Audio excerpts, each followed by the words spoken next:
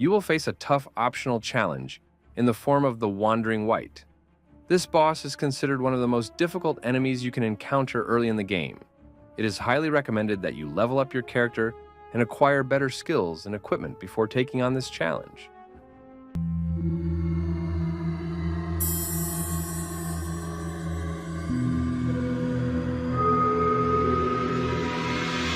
Where to find the Wandering Wight?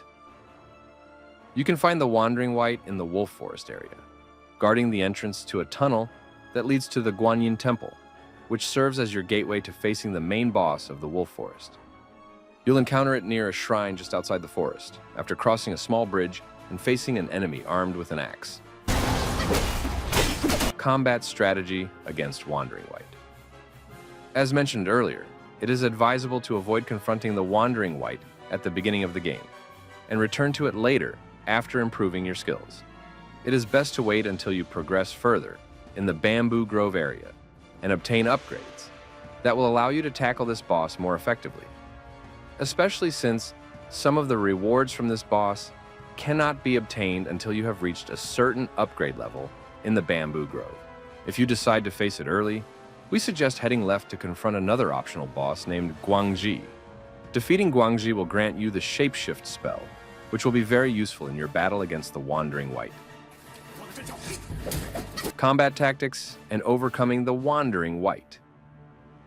The Wandering Wight is capable of dealing significant damage with its attacks, which include long foot strikes and rapid spins. It is best to avoid its attacks as much as possible and wait for the right moment to counterattack. One of its most dangerous moves is the Seismic Crush attack. When it raises its hand to prepare for this attack, be ready to dodge or use the Immobilize spell to halt its strike. If you successfully stop the attack, you'll have the chance to land powerful hits and inflict substantial damage. As its health decreases, press your attack with all your might. Landing a heavy strike at the right moment can knock it down, giving you a golden opportunity to deal additional damage. Final tactics in overcoming the Wandering Wight. Be cautious when the Wandering Wight is near the end of its seismic attack sequence, as it will charge up a devastating attack aimed directly at you. To avoid this attack, move quickly and steer clear of its attack path. If you're struggling to stay alive, use the Red Tide's Shapeshift spell to transform into a Wolf Guai, which will give you a new health bar and a chance to continue the fight. Rewards for defeating the Wandering Wight. Upon defeating the Wandering Wight, you will receive Cat's Eye beads, stone spirit material, and 691 will points.